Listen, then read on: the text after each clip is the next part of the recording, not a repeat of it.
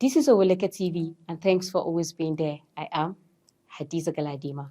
We'll bring you highlights on the just concluded inaugural ceremony that happened in some states, as well as the steps taken by some governors immediately they assumed office. Nigeria's political landscape underwent a significant change on Monday, May 29th, when power was transferred from one federal and state government to another. The majority of recently elected governors have expressed dissatisfaction with how their predecessors ran the state's finances. Let's examine what these new governors have done, and as some of them have already made some extreme decisions less than 24 hours following their inauguration. There's Alex Otti, the new Labour Party governor of Abia State, the governor who won the election and ousted the state's incumbent People's Democratic Party, said that all boards of the government's agencies and parastatals in Abia State should be dissolved as soon as he assumes office on Tuesday, May 30th. Before he was sworn in, Otti and the state's most recent governor, Okezi Ikpeazu, had previously differed on how the state should run their finances. Next is Francis Wifuru, the recently sworn-in governor of Ebonyi State, joined his counterparts in Abia to direct banks to freeze all state accounts. We have the new governor of Enugu State, who joined group of governors nationwide to freeze accounts within 24 hours of resuming office. Benue State was not left out, as Father Aliyah immediately blocked the state's bank accounts, urging all banks not to permit any debit transactions pending the change of signatories. This move by Father Aliyah moments after his inauguration raised eyebrows among the citizens and netizens in Nigeria, but Father Aliyah claimed that the directive's intent was to allow a change of signatories to the state account. The newly elected governor of Niger State, Umaru Bago, apparently ordered the Chanchaga police station in Minna to be demolished after taking office. He gave the order to demolish the station during his inauguration speech. Now let's go over to Kaduna State, where Ubasani seems to be doing something entirely different. Sani renamed the entire stretch of Raba Road after the outgone Governor Nasiru El-Rufai, calling it the Nasiru El-Rufai Way. He directed the Kaduna Capital Territory Authority to immediately effect the change of name of the 15-kilometer road, which commences from the Eastern Bypass through Malali, the Nigerian Defense Academy, across the Nnamdi Azikiwe bypass, and it terminates at the Regaza train station, Link Road. And this singular act has risen eyebrows why the new governor is not saying anything about the debt profile of the state. Why is he not saying anything about the debt burden the immediate past governor left behind?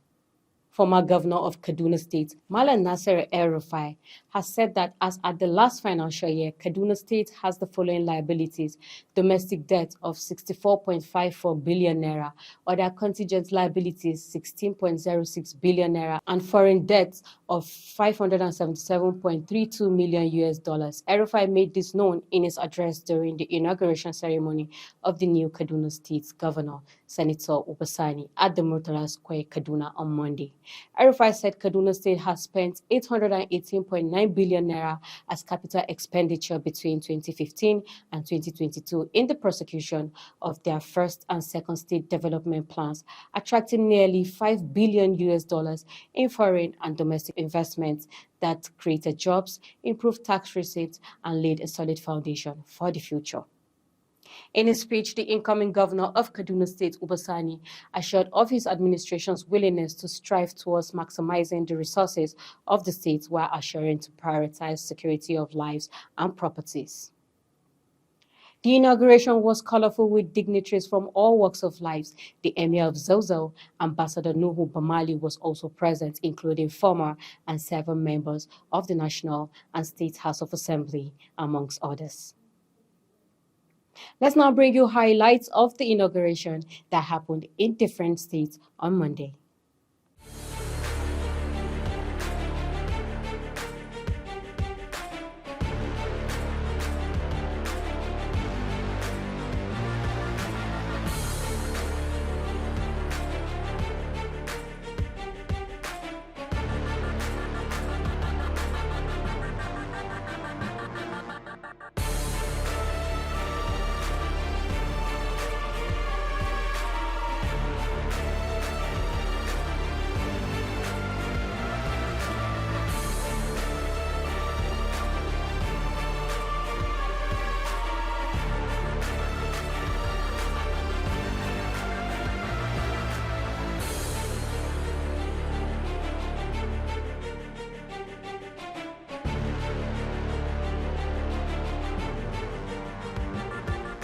On security, I can say that we did all that is within our powers of a subnational to do, and resisted the pressure to negotiate with or pay off criminals.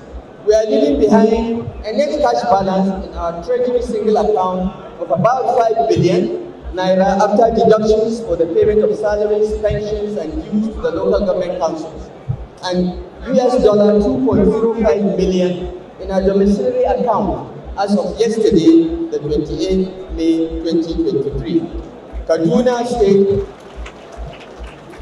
State has receivables for reimbursements of infrastructure and security spending that will be paid to the Kaduna State government in due course by the federal government.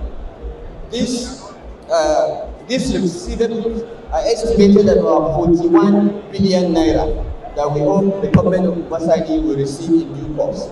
This does not include the sums due to the state as share of the accumulated stamp duty receipts estimated at over 100 billion naira that will come to the state government. We govern under very difficult fiscal circumstances, surviving 2 recessions, collapses of crude oil prices, the COVID-19 pandemic, and the impact of the Russia-Ukraine war. We therefore had to borrow extensively to spend our way out of recession and pursue our ambition to make Kaduna great again. I united Kaduna State that guarantees investment in our economy, home and certainty for the future. Our people remain our strength and inspiration. The people shall be the priority of my administration. Only people-led programs can deliver rapid sustainable development in Kaduna State. Kaduna State has had its fair share of bloodletting and unnecessary disruptions. To this end, this administration will invest heavily in all legally permissible efforts, including deploying technology for security and law enforcement. Similarly, we shall be assisting the activities of the police, the military, paramilitary, and other security agencies in the state. What do you think about the just concluded inauguration? What are your opinions on the steps taken by some of these governors? You can share your opinion on our comment section. I am Hadiza Galadima. Thanks for watching.